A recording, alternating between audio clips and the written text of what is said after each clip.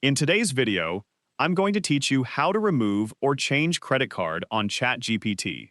If you have a paid ChatGPT plan and want to update your payment information, replace an old card, or remove a payment method you no longer use, this guide will walk you through the process from start to finish in a simple and easy-to-follow way.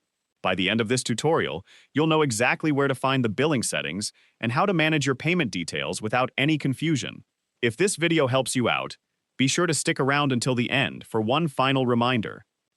To begin, open your preferred web browser and make sure you're signed in to the ChatGPT account that has the payment method you want to manage.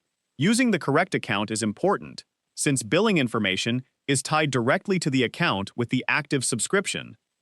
Next, search for OpenAI platform settings in your browser and open the official result. Once the page loads, look for the billing section on the left-hand side of the screen and click on it. This is where you can manage the payment methods associated with your account. If you're adding a payment method for the first time, you'll see an option to add your payment details.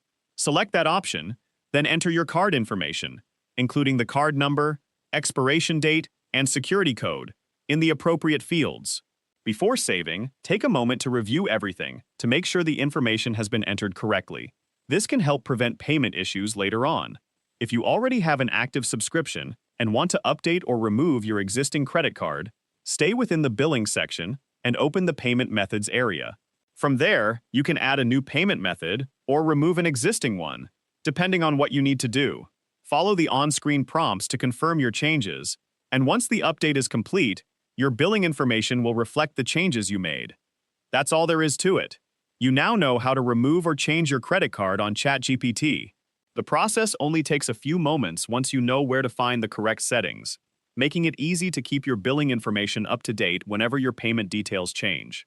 If you found this video helpful, let me know in the comments, give it a like, subscribe to the channel,